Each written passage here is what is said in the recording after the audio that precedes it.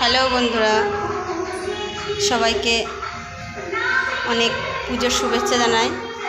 সবাই কেমন আছে বলবে কমেন্টে। আমি একটা নতুন ব্লগ খুলেছি। দেখো, আজকে নবমী পুজো।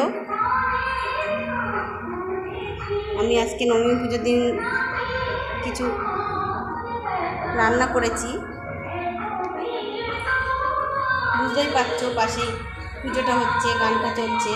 দেখো, ডাল করেছি, মাছের মাথা দিয়ে মুড়িঘণ্ট ডাল, আর আলু পোস্ত ভাজা করেছি, ছোলা দিয়ে আলু দিয়ে ভাজা করেছি এটা, আর দই কাতলা করেছি, আর এটা চিংড়ি মাছের মালাইকারি। বুঝতে পারছো, এটা একজন মাটন খায় না বলে চিকেনটা করেছি অল্প করে। এটা চিকেন, এটা মাটন। স্যালাডটা আছে, শসা, এই যে মিষ্টি আছে। আর পাশে ওটা বুঝতে পারছো কি, ওটা জলপাই। ওটার আমি সরাইনি, ও সরাতে খেয়ালই ছিল না অবশ্য। সবাই আমাকে সাপোর্ট করো, অনেক অনেক ধন্যবাদ সবাইকে।